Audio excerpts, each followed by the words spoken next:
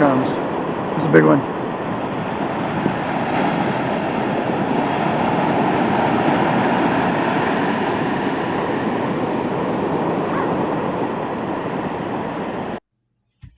Douglas Bickford, September 29, 2021 at about 9:30 a.m. here in Klamath Falls, Oregon, which is my hometown. I'm teaching self-esteem, which is how you feel about yourself, in here. It's also known as self-love, self-worth, self-confidence, and how you feel about yourself inside, just like I just said, okay? From in here to out here, okay? It's content. Without self-esteem, you're not content inside. And without it, self-esteem, you will use material possessions, you'll use drugs, alcohol, sex, religion, television, another person to try to fill that void we all feel, and we all feel it. You feel it, and you feel it when there's no noise. It's like in the middle of the night, okay? You may have a partner sleeping right next to you, your wife, your boyfriend, girlfriend, whatever it is. And you still feel this emptiness inside you when all the noises are gone. I believe it's God communicating with you to wake you up. Okay, that's what I believe. When all the outside distractions are down in the middle of the night, when you just wake up out of a bad dream or even a dream, you feel that emptiness inside you. Okay. And it's not being content. And what it is you don't have any self-love, self-worth, self-confidence, self-esteem. Because I believe it's been taken away from us by the televisions, radios, newspapers, all the outside interference, all the noise around you. Okay. That's why when you wake up in the morning, first thing you do, you put the coffee on if you drink coffee. If you smoke a cigarette, and you turn on some kind of outside noise. Radios, televisions, whatever it is. The stereo, okay. But most people turn on the radios or the TVs, and then you got the talking heads. And what that does is disrupt that silence, and it stops. I believe it's God trying to communicate with you. Or if you don't believe in God, call it goodness. To communicate and wake you up to the reality of what we live in, okay? Trying to tell you how to love yourself, get self-esteem. And here it is, okay? Here's how to get it. I'm the absolute only one teaching how to get it, self-esteem, teaching how simple it is, and teaching it, period, on the internet. There's nobody teaching it. Those three things. Teaching it, period, how simple it is, and how to get it. Here's how you get it, and here's how simple it is. Look at yourself in the mirror, say, I love you. Say, I love my inner child. I'm worthy to be loved. I'm going to nurture and take care of my inner child. Okay, we all have an inner child. It's the guardian of your emotional warehouse, all the bad that's ever been done to you. The inner child, you mature as an adult, the inner child stays stuck at the 2-year-old level. And it lives inside of everybody. We all have it. If you hear me tell you that, and you go, whoa, what's that? You don't have self-love, okay? Because that's one of the things you absolutely have to do to have self-esteem, self-love. Because this little 2-year-old does not mature. It holds all that bad that's happened to you your whole life. It's stuck inside you. All the bad that's been said, all the physical, emotional, sexual abuse you have taken your whole life, especially as a child. It holds it in there and won't let you add it until you acknowledge it that you have it, until you literally say, I love you to my inner child.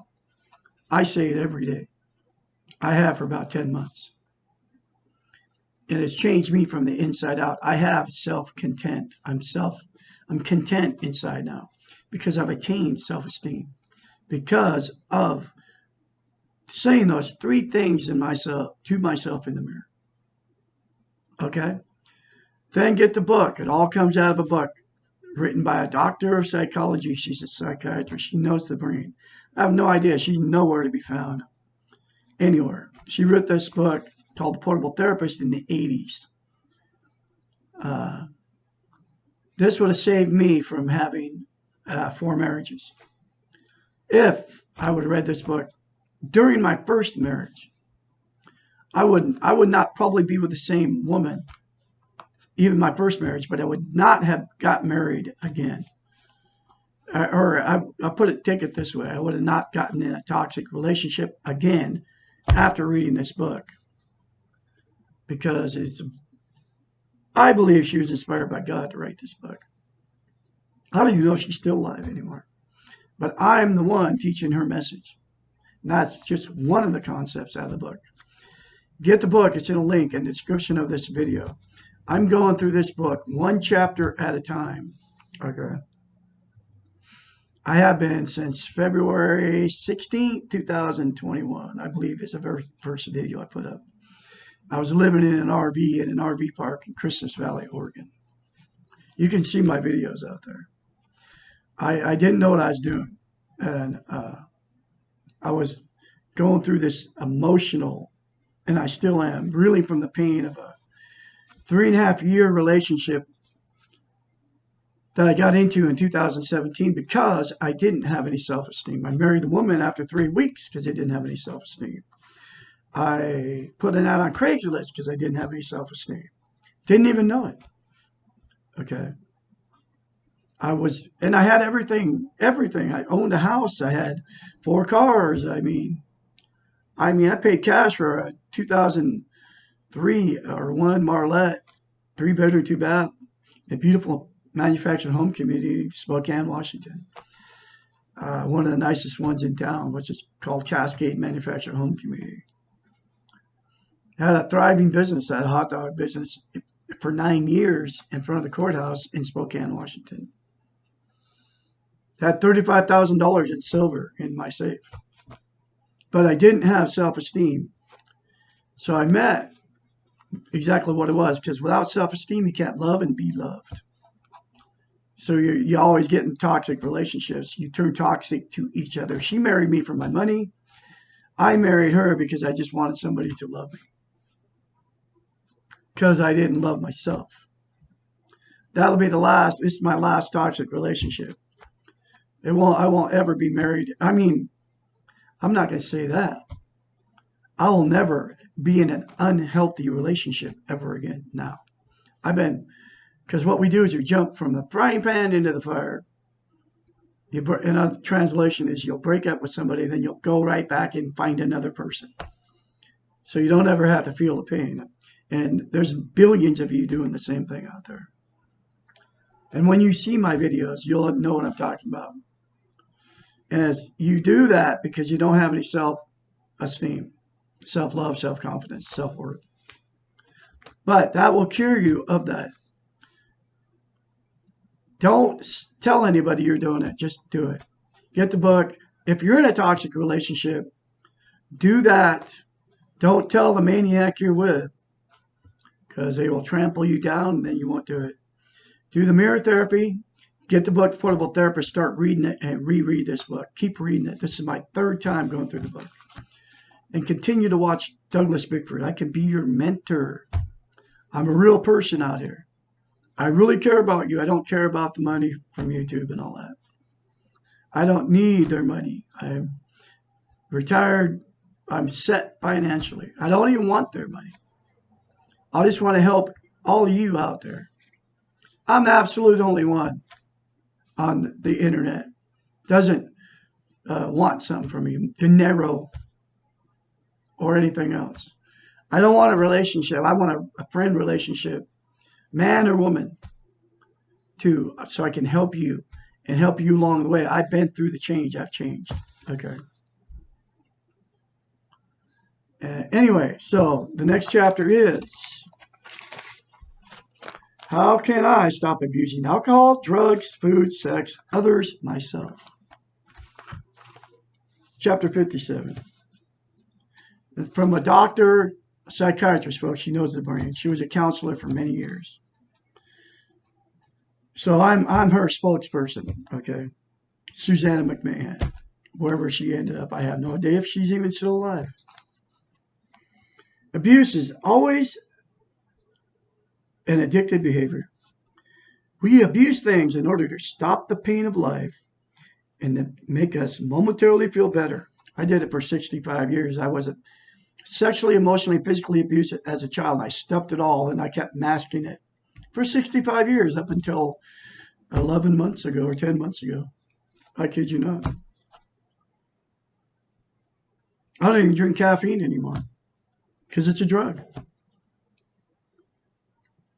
We abuse things in order to stop the pain of life and to make us momentarily feel better, stronger, more in control, or to escape from the reality of our lives. Because abusive behavior gives us a sense of control or fosters the illusion of escape for the moment while you're drunk or while you're stoned.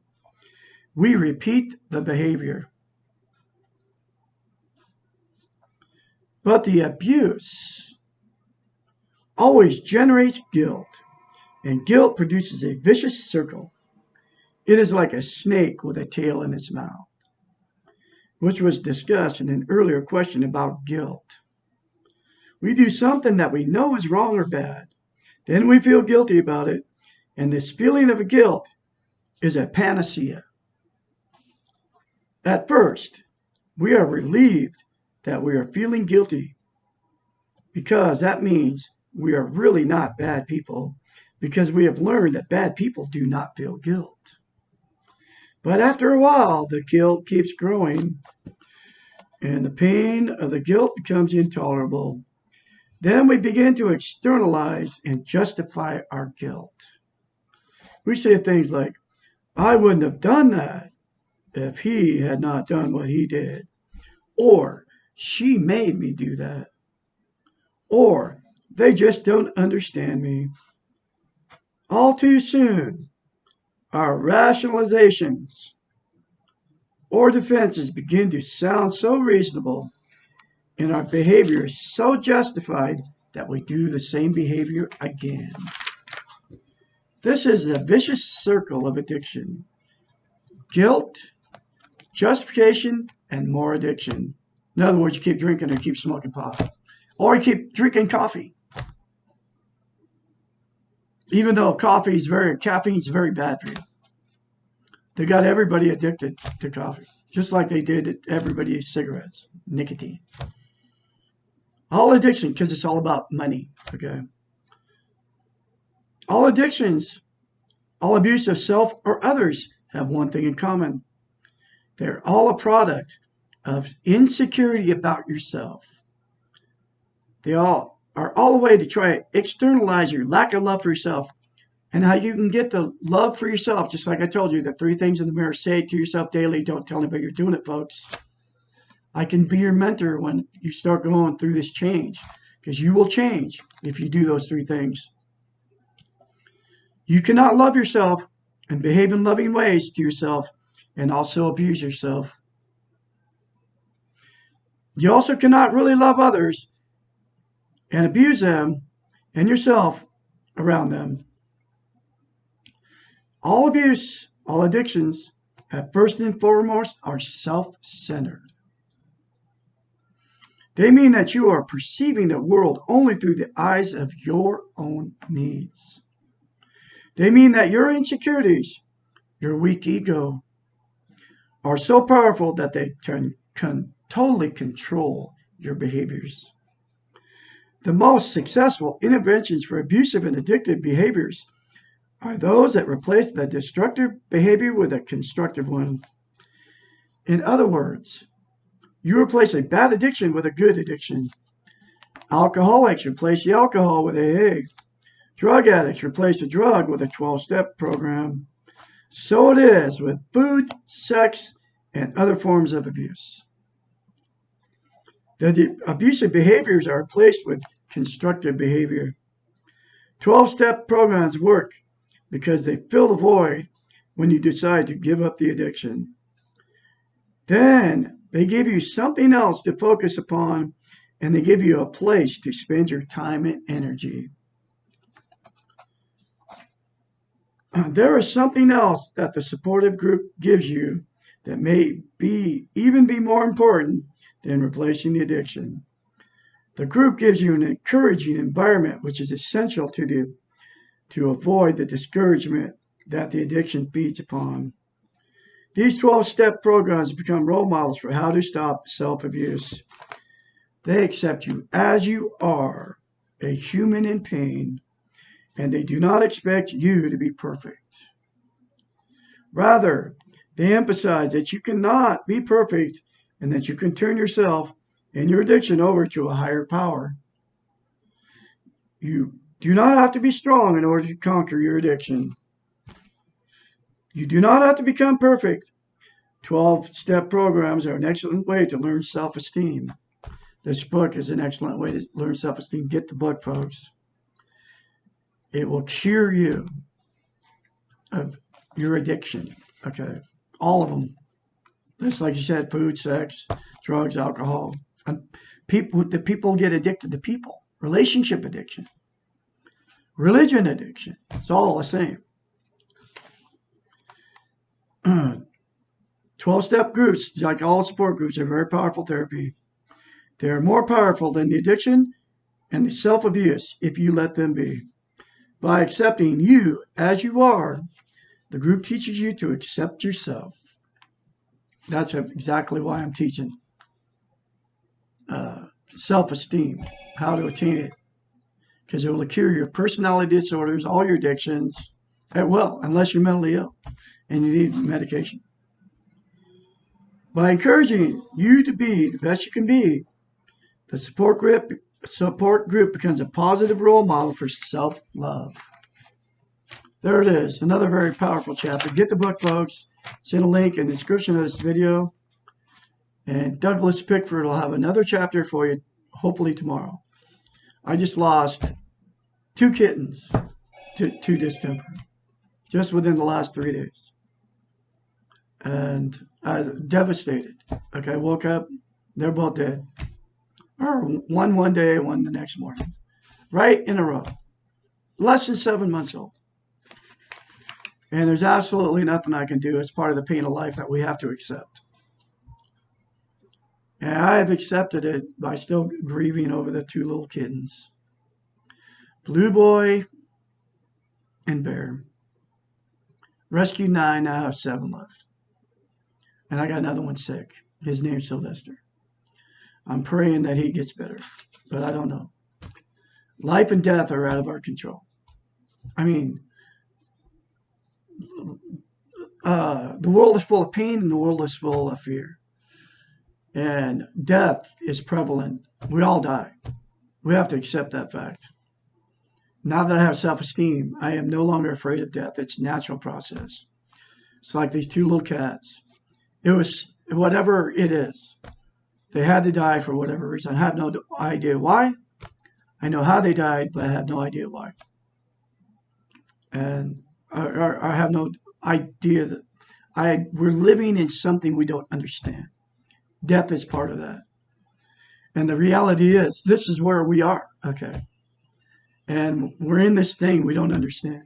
And religions try to explain it. Everybody tries to explain it, but nobody knows. Nobody knows the reason that people die, animals die. We're, like I just said, we're living in something we don't understand. We have to accept that. That's the way it is. And since I have self-esteem, I can accept that death is a natural process. We live, we die. And we just got to keep going on forward and you can make your life, excuse me, you can say those three things in here to yourself in the mirror. Get the book, The Portable Therapist, in your life. You'll be content inside. That's what self-esteem will do for you. You won't be judging, condemning, criticizing other people anymore. You won't be drinking, smoking pot, smoking cigarettes, even drinking caffeine anymore once you get self-esteem. You won't need it. As soon as you wake up in the morning, you go look at yourself in the mirror and say, I love you. You say, I love my inner child, and say, I'm worthy to be loved. And say those three things every day when you wake up in the morning in the mirror. And don't ever say anything bad about yourself, whether you're in front of the mirror or not. Always say good things about yourself. I love Douglas A. Bickford. I love my inner child. I'm worthy to be loved, worthy to love. Very talented musician. I'm a beautiful person. I choose to love myself. I will do all good things for the rest of my life. I accept and acknowledge the world is full of pain and fear. I accept and acknowledge all the emotional, sexual, and physical abuse I took all the way up to this point in my life. And the more good stuff you say to yourself, about yourself, no matter whether you're in front of the mirror or not, all those will come to you. I'm a beautiful person on the inside, outside. A very talented musician. I'm very grateful for another day of life. Okay. My health, hot and cold running water. My beautiful 100-year-old house I just bought, paid cash for about 4 months ago. All my toys that I've been given, blessed with. Attaining self-esteem because I went through a toxic relationship, my last one that I'll ever be in.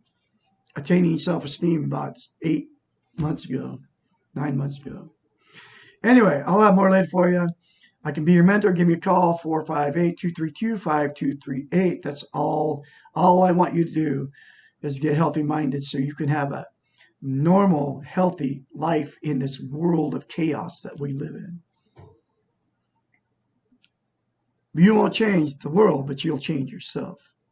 Your perception of the world will change once you attain self-esteem. I'll have more later for you. I'll have a great day out there.